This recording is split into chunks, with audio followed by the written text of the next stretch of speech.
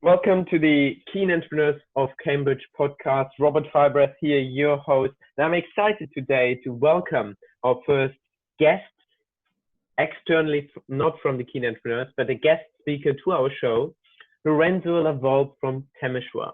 Now, Lorenzo, you have become the most wealthiest person in the empire of the world of profound decisions. How did you get there? And a lot of us up young entrepreneurs who are just starting off with their journey, we can learn a lot from you. So we want to know, firstly, you introduce yourself. How did you get to where you are, and what can you share with us young entrepreneurs, and how we can be even just remotely as successful as you? Oh, well, Firebreath, thank you very much for this opportunity to share my experiences. I'm always happy to share the journey I've been on and to help others lead a virtuous life and a life of prosperity, ambition, and pride, which are, as you will know, some of the great virtues that inspire myself and others within the empire from which I come. So you ask how I've become the wealthiest person in this empire. Well, it's a story which goes back maybe 7 years. As you will know, I'm from the Bloody Butchers Guild of Temeshwar. And the Bloody Butchers Guild has many hundreds of years of history. But 7 years ago, there was a catastrophic event in the empire when the then Empress Britta, and all the elite of the empire were slain in a mighty battle. Following that disaster, a number of us from throughout the different lands of the empire came together, and we decided we would rebuild the empire. And so myself and my guild, the Bloody Butchers, we came to Anvil, which is the meeting place where we all gather. And it was like a greenfield site. For all the existing power structures, all the economy had been swept away.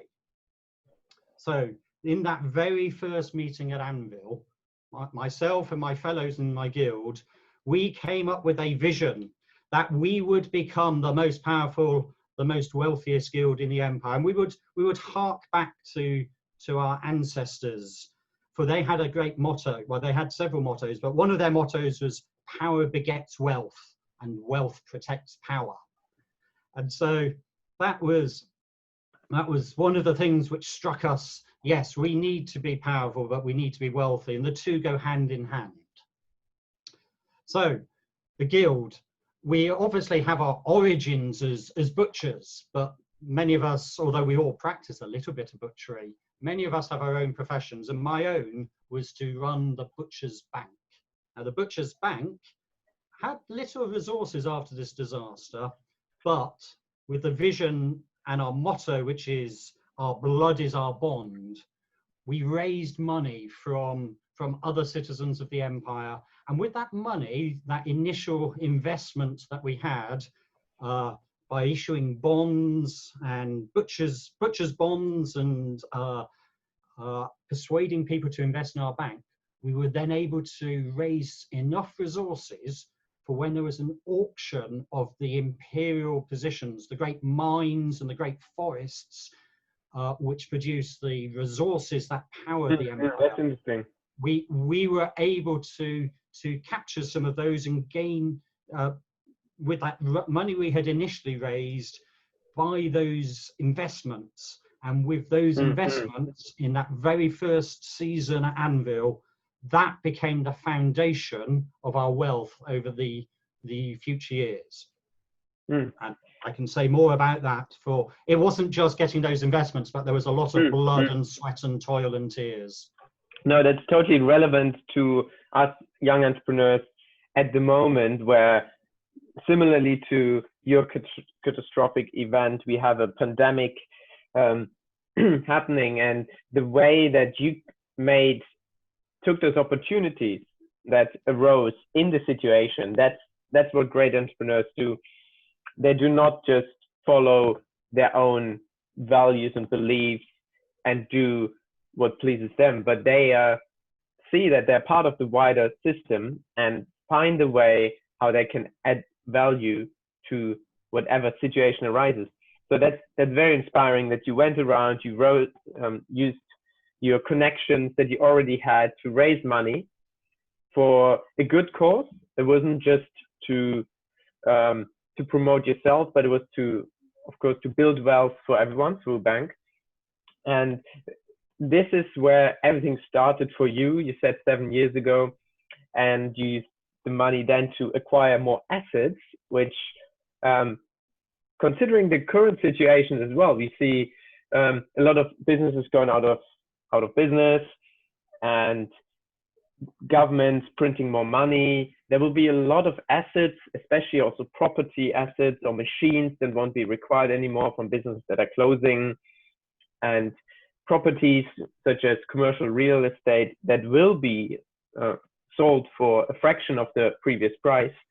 So being able to find the resources that can later then be used, like property, for example, will always be required, and using that in a great amount of style, combining all of these to then from there build more wealth. So that's a very inspiring story, how you've been able to from the dust rise up through collaboration with different partners. So it's worth saying that following in the year, or in the 2 or 3 years following our disruptive event, we faced massive inflation. Wow. I was talking about these bourse holdings, these mines and forests. Yeah.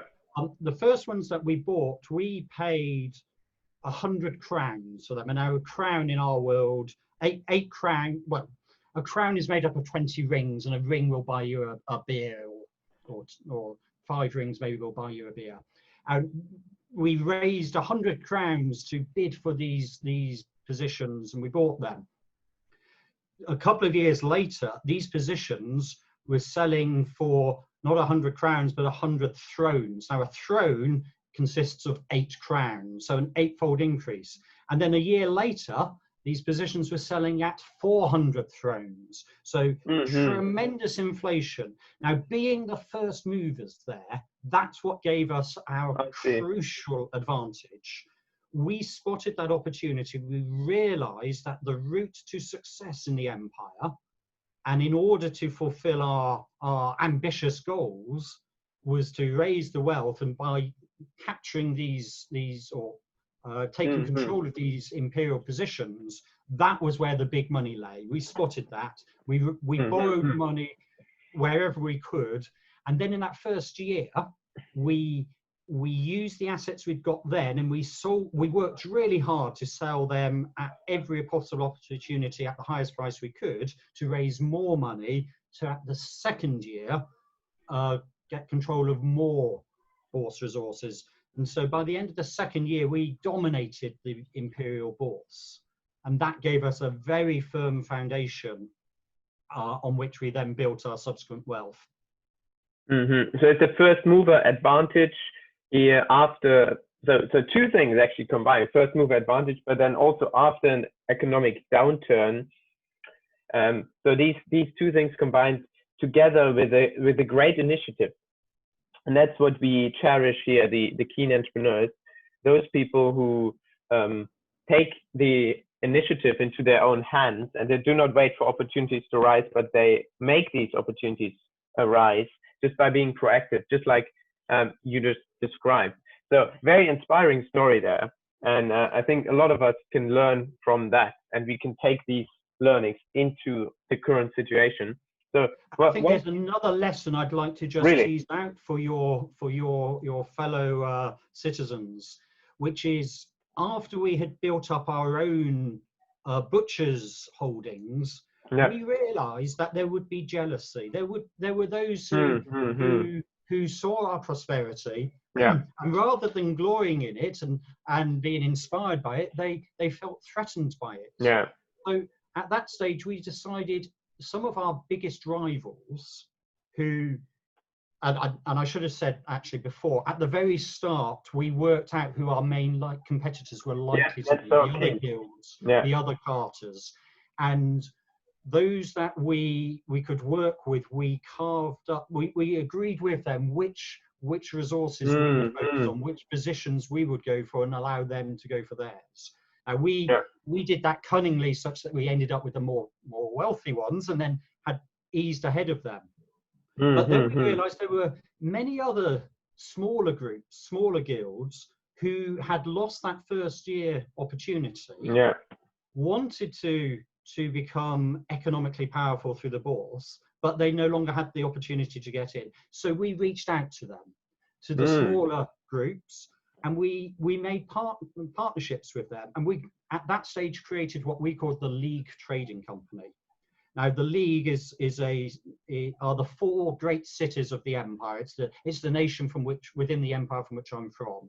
And within the League, there are many who are merchants and economically minded. And those of them who did not themselves have the opportunity to own a whole position, to raise enough money for that, we let them hold positions on our behalf.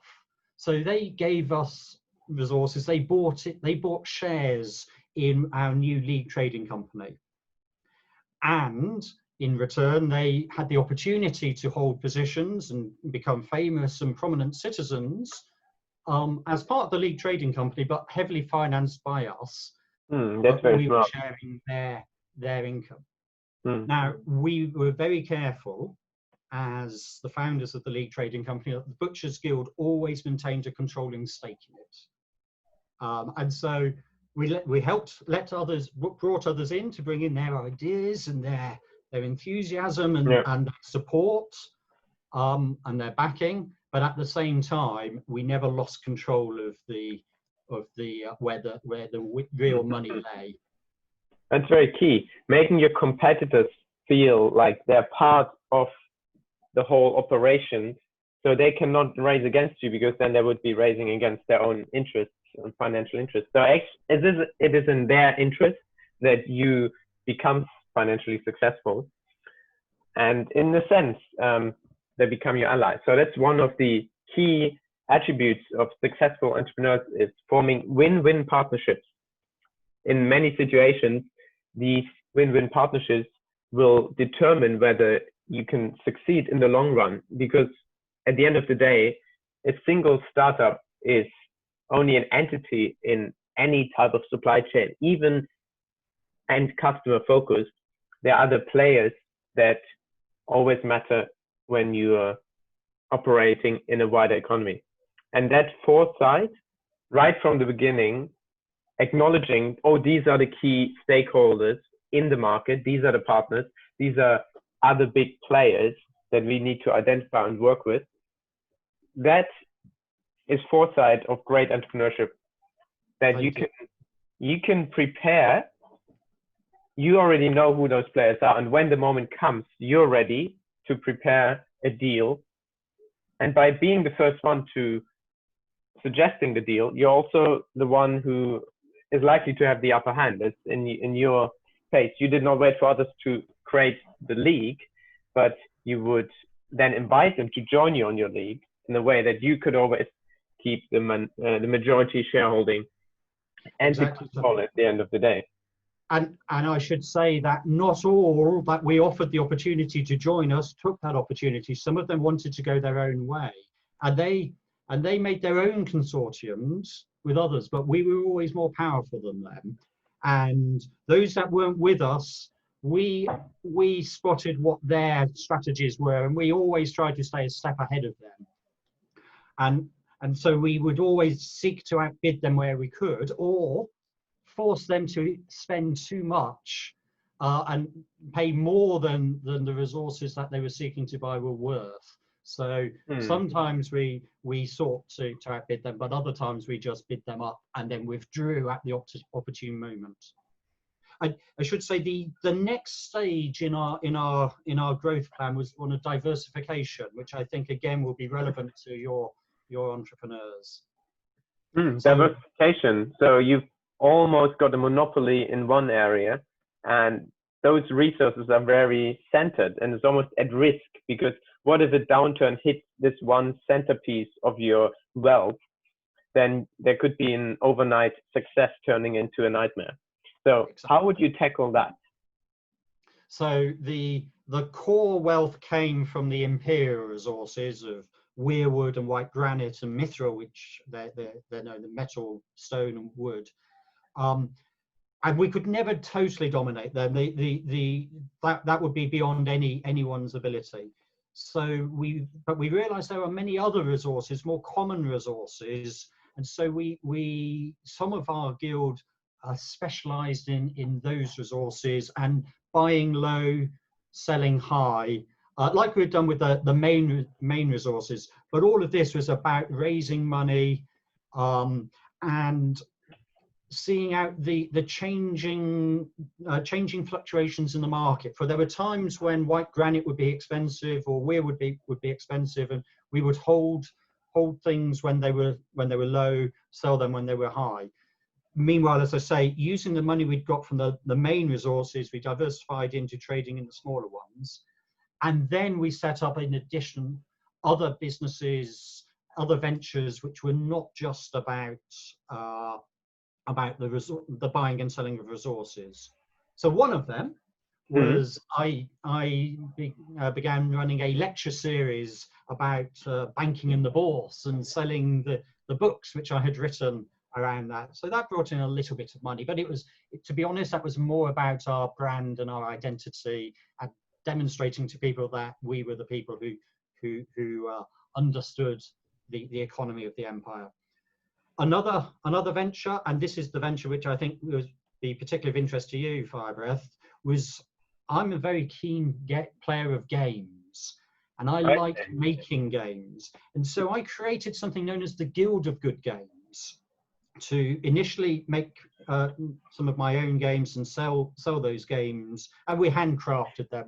We employed local orphans and others to make. That's very noble. Yes, we're giving them an opportunity to be well fed, and in return they worked hard to hand illustrate these games, and many of them were card games, but other types of games as well. And so I built up this new business making and selling games, and I came up with a number of different games. And so the income from actually selling the games then gave us an opportunity to reinvest in buying other resources. That's interesting. But the most profitable bit about the games business wasn't actually the buying and selling the games themselves. It was buying and selling the opportunity to be featured in the games. So one of the games is known as Heroes of Empire, and it's a card game where some of the players are trying to become the most virtuous, and some of the cards feature individuals or people. And I had this idea that why don't we actually sell the right to be on these cards? And because some of the cards are different values or more powerful or more influential in the game, I could set up a bit of a market here. And so the more expensive cards, or the cards which were more influential within the game, I could sell them for more. And people were willing to pay 5 thrones, so a vast amount, to be immortalized in this game. But this was after I'd already built up a reputation as being having a whole studio full of games.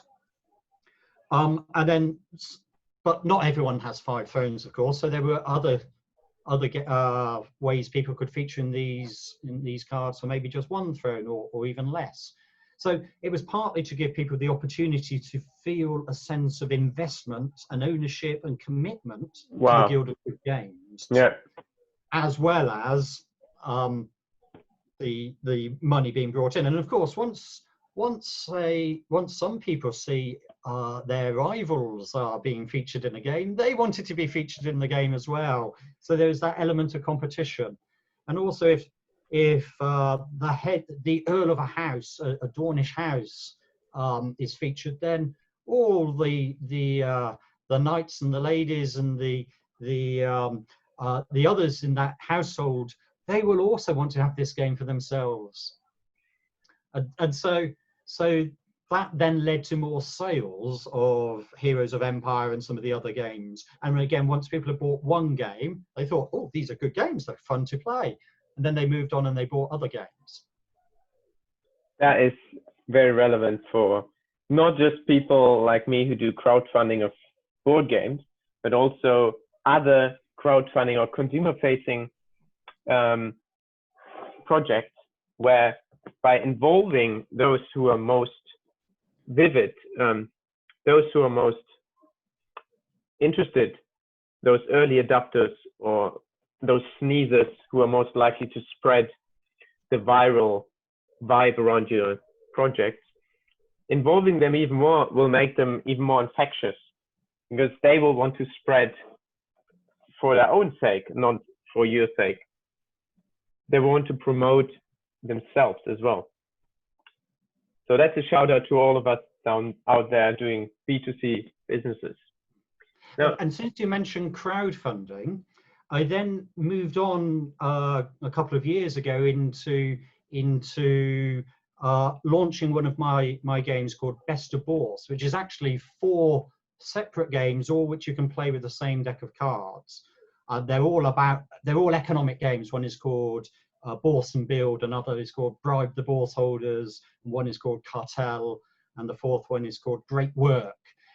So all with the same similar theme, all very much appealing to those who are movers and shakers and have wealth in the first instance. And so I launched this crowdfunding campaign, learning from the previous experience of selling in the field, the opportunity to be featured in Heroes of Empire.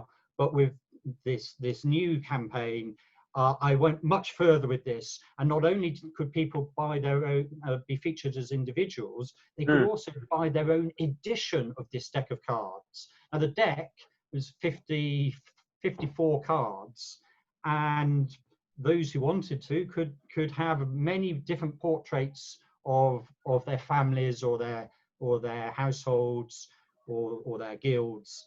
And so again, that appealed to people, and you get that group mentality as people see the opportunity, and so that built on the brands that I had been building up through the butchers, but at the same time allowed other people to build their own brand. For if you're a household of knights, then what better opportunity to improve your renown than to have a deck of cards which features you and is done with your heraldic colours, for instance. These are really good tips for us entrepreneurs seeking to get more traction, and involving customers is a hugely underused way of increasing their traction. There are other ways of involving your consumers to become proactive, which you can then call the prosumer, a proactive consumer that does not simply passively consume what you're producing, but they're actually actively involved in the value creation process. There are different steps, up to 5 different levels that you can go for, all the way from just little value added to the final product to actually the user is a key component, a key player in creating the value themselves. So while they're going through your product or service, they're creating the value bespoke to their own needs. Now, of course, it gets more complicated the higher up you go in the value chain, and the more value they're adding themselves. But fundamentally, they stay the same in the way that all of these ways of involving your consumer more actively into the value creation process require some sort of incentive.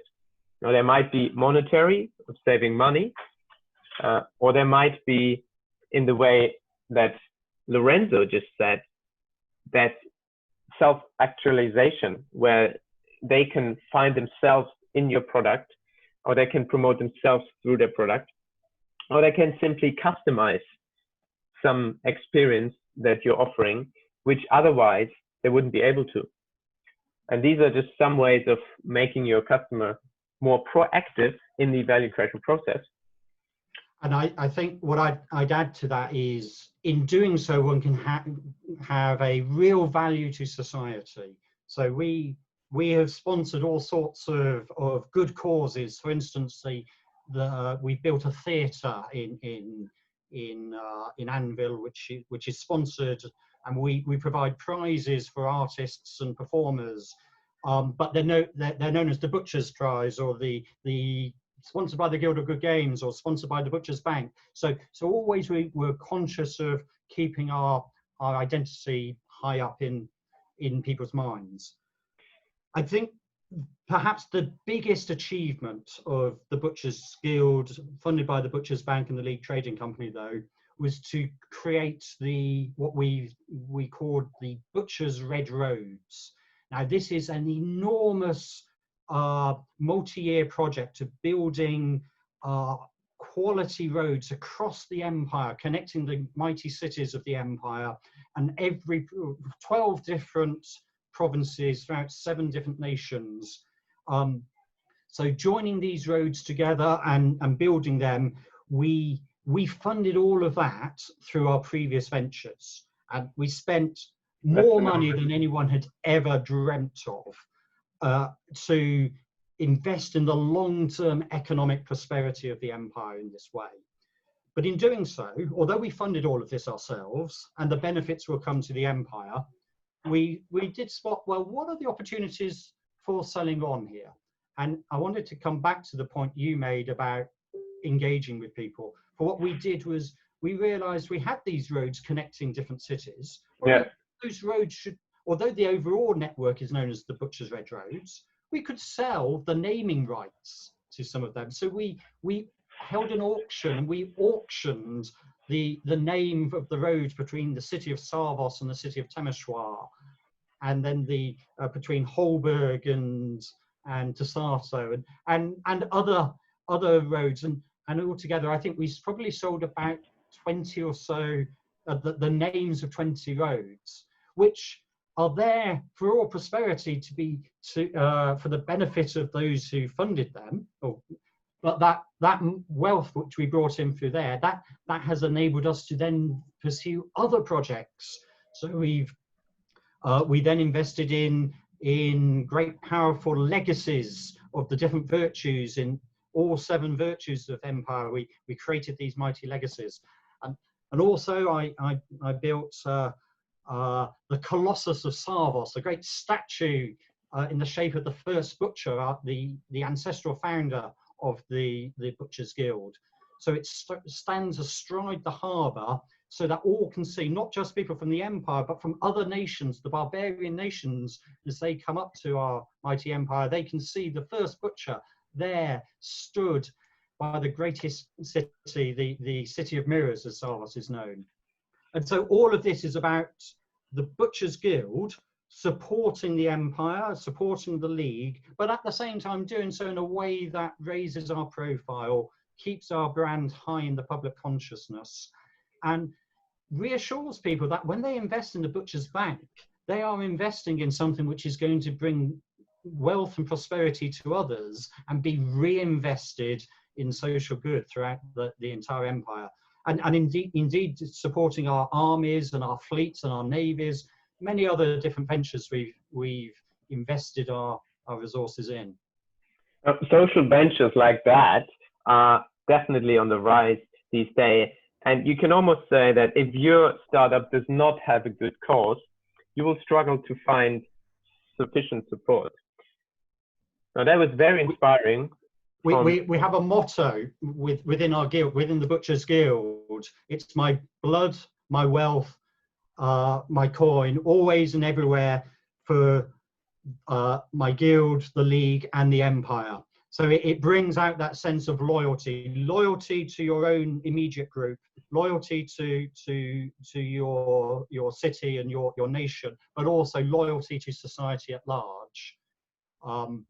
So what we hold in stewardship for others, but in spreading our prosperity, we hope to inspire others and have pride in our ambition. Very inspiring, coming from someone that's accomplished as yourself.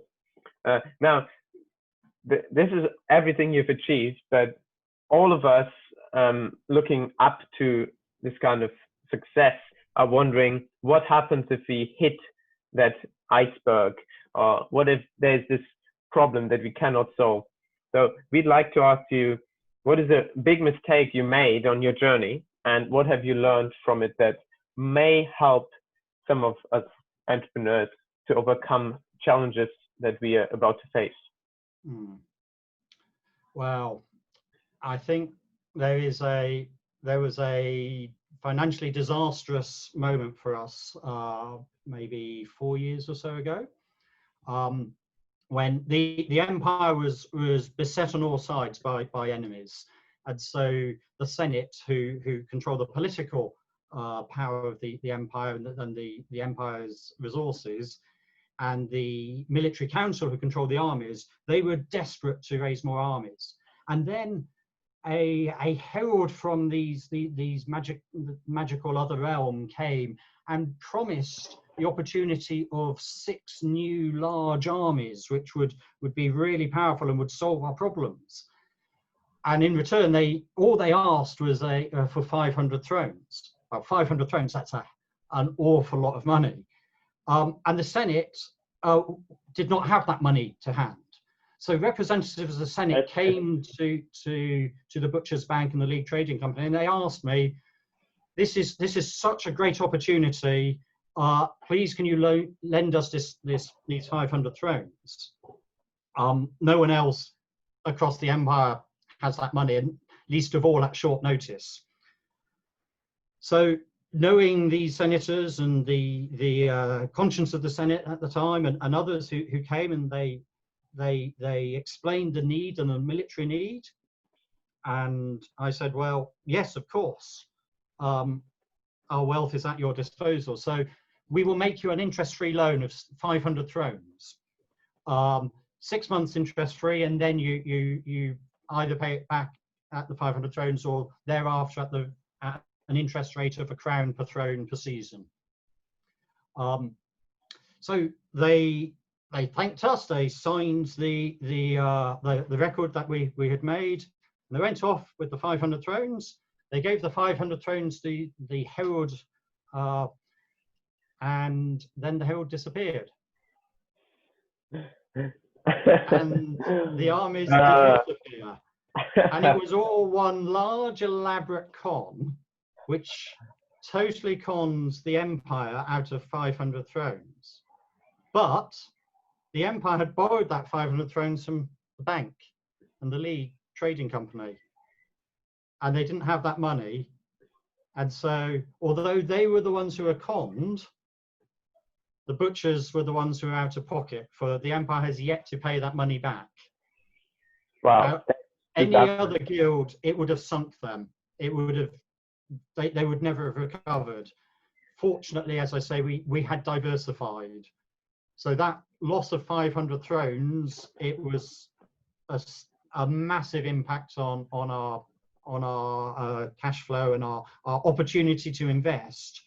But because we had the Guild of Good Games, we had the naming rights auctions, we had other ventures, we struggled through those hard times and came back stronger and brushed off that 500 thrones. I say brushed it off. It didn't feel like that at the time, but we've subsequently been able to say to other people, yes, what's 500 thrones? Yeah, we can lose that and still be the wealthiest guild in the whole empire the empire has ever seen. We can still build the greatest great works, the tallest statue in the Colossus of Sardis, the longest road network with the blood red roads.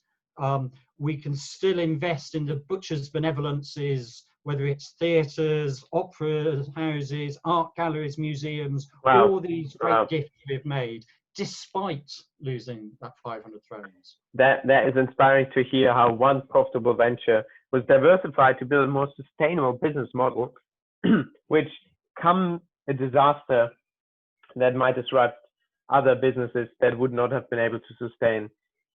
You have been able to get through that and I can say otherwise you would not be speaking to us today. You'd probably be painting board game cards somewhere to make a living. So we are very, very grateful for having you on the show today. So as a last question, there's something we ask everyone who comes on the show. What makes a keen entrepreneur to you? I think I would say three things.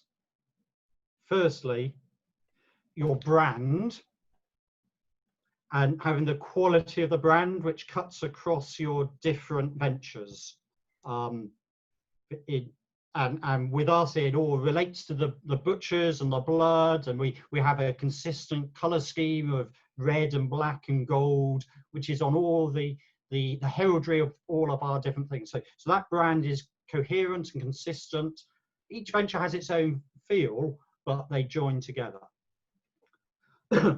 Linked to the brand is reputation. And it's about the reputation built up to show that you are a long-term sustainable economic factor. And as I say, all of our investments have been built with a view to long-term sustainability and long-term economic improvement to the empire. And that reputation for us, as the Butcher's Bank, as I said at the start, our blood is our bond. We will put our heads on the line here. And if we have promised somebody something, we will always meet that promise. No matter how, and with the Butcher's bonds, there were times when people came and they said, oh, they needed money. We really didn't want to repay the bonds at that stage because we wanted that money for an auction coming up. But nevertheless, no, we stuck to our word. Our blood is our bond. Whenever anyone wants to withdraw money from the Butcher's Bank, it's always there. So we always keep enough cash reserves so we can meet the demands on us. So brand, reputation, and the third and final thing is being virtuous. It's that point about you're not just doing this for yourself, you're doing it for a wider purpose. Now, within our empire, we have 7 virtues. Virtues are prosperity, pride, ambition, loyalty. All of those imbue everything we do. Wisdom, courage, and vigilance. Now, with the 500 thrones, I'm afraid we were not virtuous. We were not sufficiently vigilant to check that those who were lending the money to were not themselves being conned. More vigilance, and we might have tested that more and said, this offer sounds too good to be true. And if something sounds too good to be true, it probably is. So we had focused on some of the virtues at the expense of vigilance, and we also were lacking in wisdom there. But overall, our focus on prosperity, our focus on ambition, our focus on pride in all that we do, and loyalty to each other, those have carried us forward. So my 3 things: brand, reputation, and virtue. Thank you so much, Lorenzo. Building this consistent brand across the board is something we entrepreneurs should definitely take ahead and work on. And then the reputation is something that's even more long-term. It means that you don't just do this venture right now for the purpose of doing this venture right now, but think of it as a long-term reputation you're building. And lastly, the virtue that you're not just working for yourself, for your money, or for your own cause, but even if it is a benevolent cause that you're trying to help people who need help duringly, but you're actually doing it for the greater good and working for something that the wider population does appreciate at the end of the day. Thank you very much, Lorenzo, for having you here. It was an honor to speak to you. And that was it from the Keen Entrepreneurs podcast. We'll see you again next week, going back to the Keen Entrepreneurs and interviewing more of our common friends from Cambridge. Thank you very much, and I'll see you guys soon.